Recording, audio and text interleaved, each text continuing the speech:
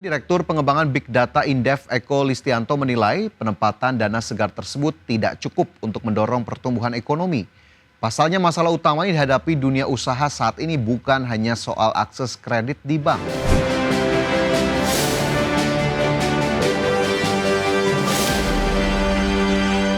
Pemerintah melalui Kementerian Keuangan telah mengucurkan dana segar sebesar 200 triliun rupiah dari saldo anggaran lebih ke sektor perbankan. Langkah ini dilakukan untuk mendukung program pemerintah sekaligus mendorong pertumbuhan ekonomi nasional.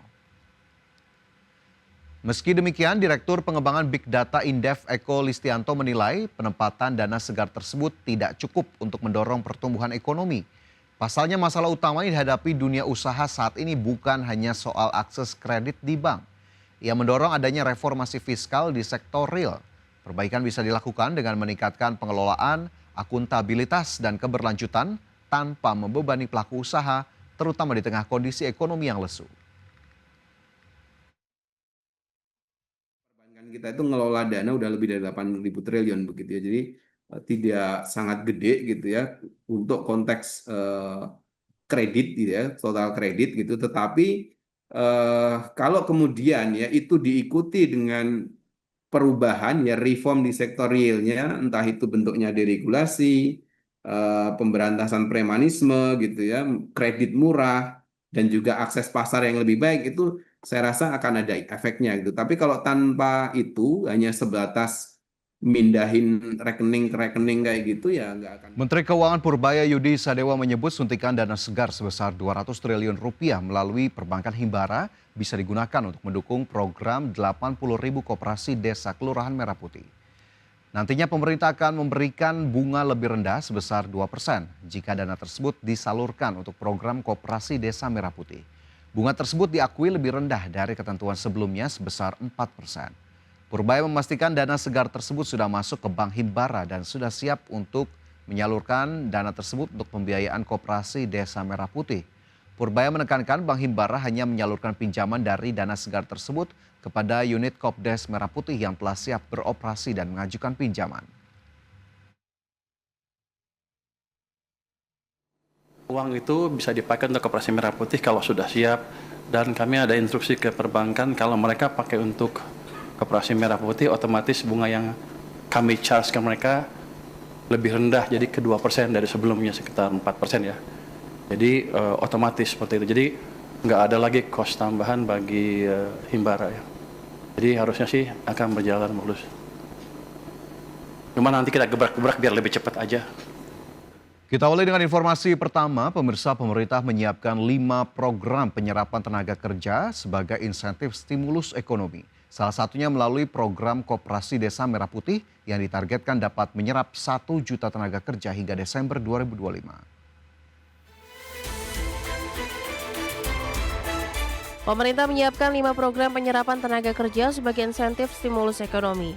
Dari program tersebut, pemerintah menyiapkan jutaan lapangan kerja lewat program strategis nasional, salah satunya melalui program Koperasi Desa Merah Putih. Menteri Koordinator Bidang Perekonomian Erlangga Hartarto menyebut, Koperasi Desa Merah Putih ditargetkan dapat menyerap 1 juta tenaga kerja hingga Desember 2025. Selain Koperasi Desa Merah Putih, program Kampung Nelayan Merah Putih juga menjadi prioritas dengan target pembangunan 100 desa nelayan pada tahun 2025.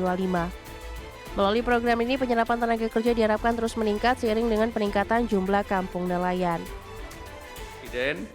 Yang pertama tentu Koperasi Desa Merah Putih, itu ada 80.000 karyawan baru, diperkirakan bisa menyerap 681.000 dan targetnya sampai 1 juta orang di bulan Desember. Kemudian Kampung Nelayan Merah Putih, tahun ini targetnya 100 desa, diharapkan bisa menyerap 8.645 tenaga kerja, jangka panjang 4.000 titik, bisa menciptakan 200.000 lapangan kerja. Di sektor perkebunan, pemerintah akan mendorong program perkebunan rakyat melalui penanaman kembali 870.000 hektar lahan. Program ini diharapkan bisa membuka lapangan kerja lebih dari 1,6 juta dengan komoditas prioritas antara lain tebu, kakao, kelapa, kopi, mete, dan pala. Dari Jakarta, Tim Liputan, IDX Channel. Pemerintah mengucurkan penyertaan modal negara untuk 3 BUMN yakni PT Kereta Api Indonesia, PT Industri Kereta Api atau INKA, dan PT Pelayaran Nasional Indonesia atau PELNI dengan total mencapai 4,77 triliun rupiah. Pemerintah mengucurkan penyertaan modal negara atau PMN sebesar 4,773 triliun untuk 3 perusahaan badan usaha milik negara. Ketiga BUMN tersebut adalah PT Kereta Api Indonesia atau KAI, PT Industri Kereta Api atau INKA, dan PT Pelayaran Nasional Indonesia atau PELNI. Menteri BUMN Erick Thohir menuturkan untuk KAI, besaran PMN yang dikucurkan adalah 1,8 triliun, dana tersebut digunakan untuk pengadaan sarana KRL yang melayani lintas Jabodetabek. Selanjutnya untuk INKA, jumlah PMN yang dikucurkan adalah 473 miliar rupiah. Dana tersebut akan digunakan untuk pembangunan fasilitas pabrik termasuk mendukung produksi transit KRL Jabodetabek. Terakhir, ada PELNI yang memperoleh PMN sebesar 2,5 triliun rupiah. Dana tersebut akan dialokasikan untuk pengadaan 3 unit kapal penumpang baru. Menurut Erick, langkah ini menjadi bagian pelayanan dari PELNI dan cara untuk menekan tingkat kecelakaan. Bahwa pada hari ini ada 3 perusahaan yang akan diberikan PMN oleh Kementerian Keuangan, yaitu nomor 1 PELNI sebesar 2,5 triliun, KAI 1,8 triliun, dan INKA 976 triliun. Miliar, maaf. Dan kita lihat juga ini memang karena ini ada Undang-Undang nomor 1 2025 ini diminta rirut daripada Kementerian Keuangan. Maka pada 9 Juli tahun 2025 kami sudah menyampaikan surat kepada BPI Danantara mengenai tindak lanjut atas usulan tambahan PMN pasca penetapan Undang-Undang nomor 1 tahun 2025. Selain persetujuan PMN, Komisi 6 DPR RI juga menyetujui pagu anggaran Kementerian BUMN untuk tahun 2026 sebesar Rp288.311.060.000.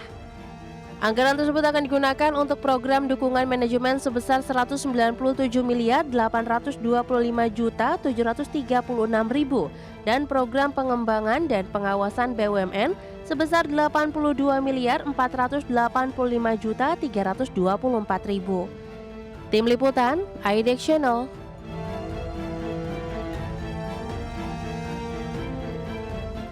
Kembali bersama kami dalam IDX First Session Closing. Pemirsa, PT Indofood CBP Sukses Makmur Tbk menegaskan bahwa seluruh produk mie instan yang diproduksi di Indonesia telah sesuai dengan standar keamanan pangan Badan Pengawas Obat dan Makanan Republik Indonesia atau BPOM. Klarifikasi ini disampaikan setelah otoritas pangan Taiwan melarang salah satu varian mie instan yang disebut mengandung etilen oksida. Indofood menyampaikan bahwa seluruh produk mie instan diproses dengan standar tinggi dan memenuhi kodeks standar for instant noodle. Selain itu, produk telah mendapat sertifikasi standar nasional Indonesia atau SNI dan diproduksi di fasilitas dengan sertifikasi internasional ISO 22000 atau FSSC 22000 untuk sistem manajemen keamanan pangan.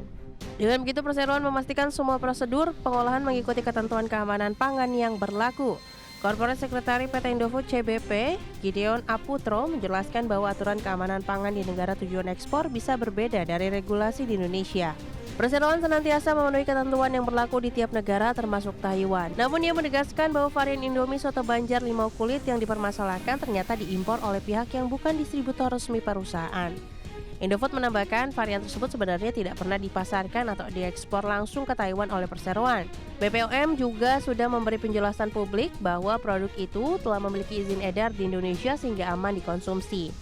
Saat ini Indofood bersama BPOM sedang berkoordinasi intensif dengan otoritas Taiwan untuk memantau perkembangan lebih lanjut. Adapun perusahaan memastikan bahwa isu ini tidak memberi dampak material terhadap operasional maupun kinerja keuangan perseroan. Berbagai sumber, IDX Channel.